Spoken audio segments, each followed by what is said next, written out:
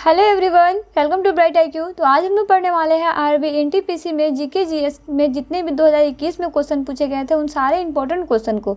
इसमें हम सिर्फ क्वेश्चन ही नहीं बल्कि क्वेश्चन से जितने भी कॉन्सेप्ट बन सकते हैं जो आपके आगे के एग्जाम में काफ़ी हेल्पफुल हो सकते हैं उन सारे क्वेश्चन को भी आज के वीडियो में हम लोग सॉल्व करने वाले हैं। चलिए बिना लेट के हम लोग आते हैं फर्स्ट क्वेश्चन पे, जो है आपका कि Yakshagana is a folk performance of which Indian state, यानी यक्षगान किस भारतीय राज्य का लोक प्रदर्शन है। तो जी हाँ, अगर हम लोग प्रदर्शन की बात करते हैं तो ये आपका जो है ना वो कर्नाटका का एक लोक प्रदर्शन है, याद रखिएगा ना। वहीं इसके अलावा अगर हम लोग गुजरात की बात करते हैं तो याद रखिएगा कि गुजरात में जो है ना वो आपका गरबा जो है वो काफ़ी लोकप्रिय है। वहीं अगर हम लोग बात करते हैं महाराष्ट्र की, तो महाराष्ट्र में आपका हो गया लावनी, हो गया लोजिन और तमाशा, ये तीनों जो है वो काफ़ी प्रसिद्ध लोक प्रदर्शन है। वहीं अगर हम लोग आसाम की बात करते हैं तो आसाम में बिहू जो है वो आपका लोक प्रदर्शन है, याद रखिएगा ना।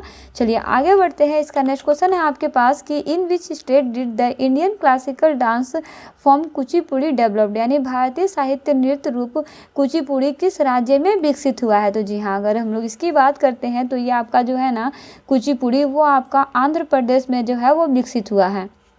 वहीं केरला में जो है वो आपका कथकली विकसित हुआ है, याद रखिएगा ना।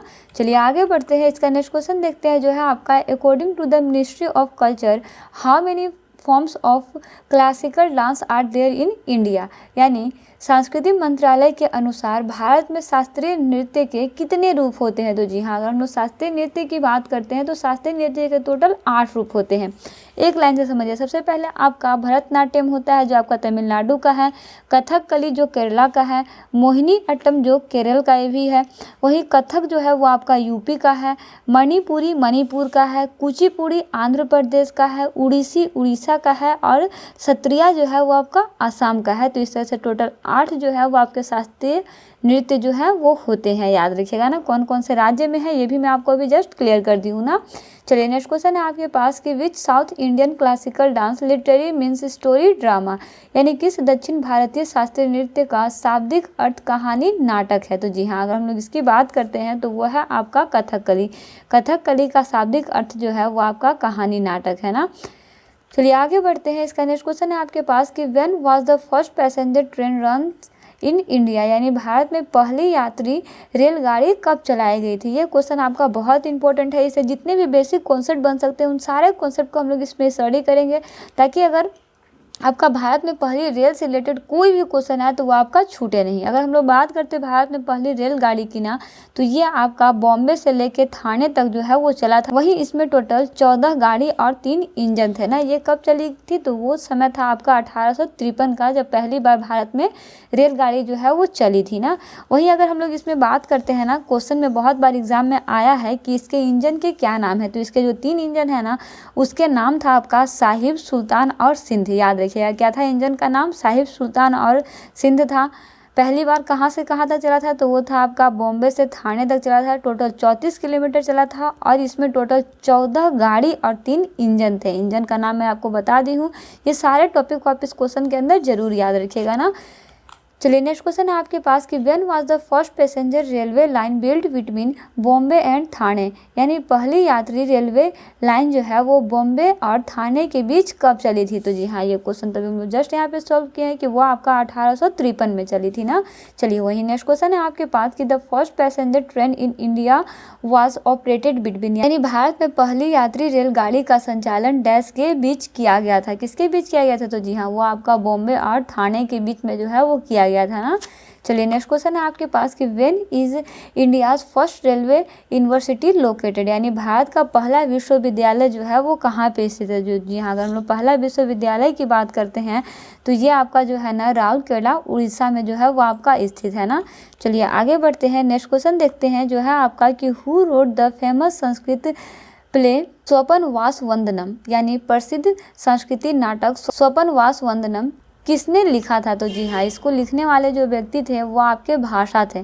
चलिए अगर हम लोग कालिदास के बारे में लिखी हुई कुछ प्रसिद्ध पुस्तकों की बात करते हैं तो सबसे पहले इसमें आता है अभिज्ञान शकुंतलम, दूसरा में आपका मेघदूत है, तीसरा में आपका रघुवंश और चौथा में आपका मालविका अग्निमित्र है। तो इस तरह से 4 पुस्तकें जो काफ़ी प्रसिद्ध हैं आपके कवि कालिदास के बारे में जो आपके एग्जाम में आते हैं, इसे आप याद रखिएगा ना। क्वेश्चन है आपके पास कि who is the author of the book India divided, यानी इंडिया डिवाइडेड पुस्तक के लेखक कौन है। तो जी हाँ, इसके लेखक जो है वो आपके रविंद्र प्रसाद, ऑप्शन ए जो है इसका करेक्ट आंसर हो जाएगा ना। चलिए आगे बढ़ते हैं, इसका नेक्स्ट क्वेश्चन देखते हैं जो है आपका who is the author of early history of India, यानी अर्ली हिस्ट्री ऑफ इंडिया के लेखक कौन है। तो जी हाँ, अर्ली हिस्ट्री ऑफ इंडिया के लेखक की बात करते हैं तो इसके लेखक जो हैं वो आपके विंसेंट आर्थर स्मिथ है ना, याद रखिएगा, यानी ऑप्शन सी जो है इसका करेक्ट आंसर हो जाएगा। चलिए नेक्स्ट क्वेश्चन है आपके पास कि who is the author of the book why I am a Hindu, यानी why I am a Hindu पुस्तक के लेखक कौन है। तो जी हाँ, अगर हम लोग इसके लेखक की बात करते हैं तो इसके लेखक जो है ना वो आपके हैं शशि थरूर। कौन है? शशि थरूर है, याद रखिएगा ना।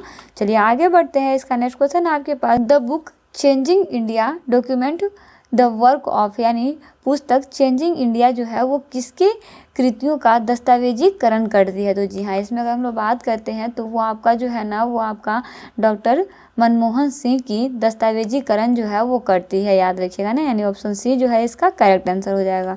चलिए आगे बढ़ते हैं, इसका नेक्स्ट क्वेश्चन है आपके पास कि what is Sonal Mansingh famous for, यानी सोनल मानसिंह जो है वो किस लिए प्रसिद्ध है। तो जी हाँ, अगर हम लोग सोनल मानसिंह की बात करते हैं तो सोनल मानसिंह जो है ना वो आपके डांसिंग के लिए जो है वो प्रसिद्ध है, याद रखिएगा, किसके लिए प्रसिद्ध है? डांसिंग के लिए। चलिए हम लोग सोनल मानसिंह के बारे में कुछ डिटेल्स में स्टडी करते हैं, इनके बारे में बात करते हैं। तो इनको पद्म भूषण जो है वो आपको 1992 में मिला था और पद्म विभूषण जो है वो आपको 2003 में मिला था, याद रखिएगा किनको? सोनल मानसिंह को।